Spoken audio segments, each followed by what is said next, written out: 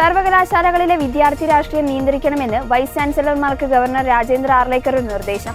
വ്യാഴാഴ്ച കുസാറ്റിൽ ചേർന്ന വിസിമാരുടെ യോഗത്തിൽ വിദ്യാർത്ഥി രാഷ്ട്രീയത്തിന് കടിഞ്ഞാണിടണമെന്നുള്ള മാർഗരേഖ നടപ്പാക്കാനും ഗവർണർ ആവശ്യപ്പെട്ടു.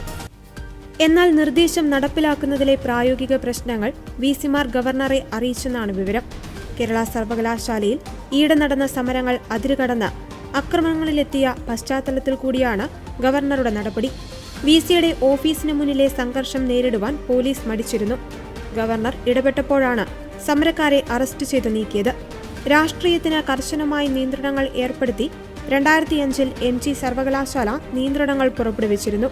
കലാലയങ്ങളിലെ വിദ്യാർത്ഥി സംഘടനകൾക്ക് രാഷ്ട്രീയ പാർട്ടികളുമായി ബന്ധം പാടില്ല, കലാലയ വളപ്പിൽ രാഷ്ട്രീയ മുദ്രാവാക്യങ്ങൾ പാടില്ല, ബാനറോ പ്രകടനങ്ങളോ പാടില്ല തുടങ്ങിയ നിയന്ത്രണങ്ങളാണ് ഏർപ്പെടുത്തിയത്.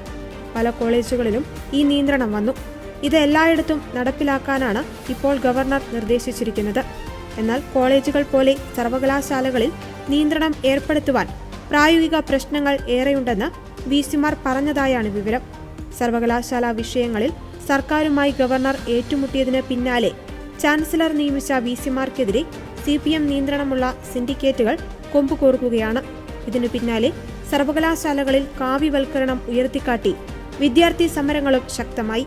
ഈ സാഹചര്യത്തിൽ കൂടിയാണ് വിദ്യാർത്ഥി രാഷ്ട്രീയത്തിന് കടിഞ്ഞാണിടുവാനുള്ള ഗവർണറുടെ നീക്കം.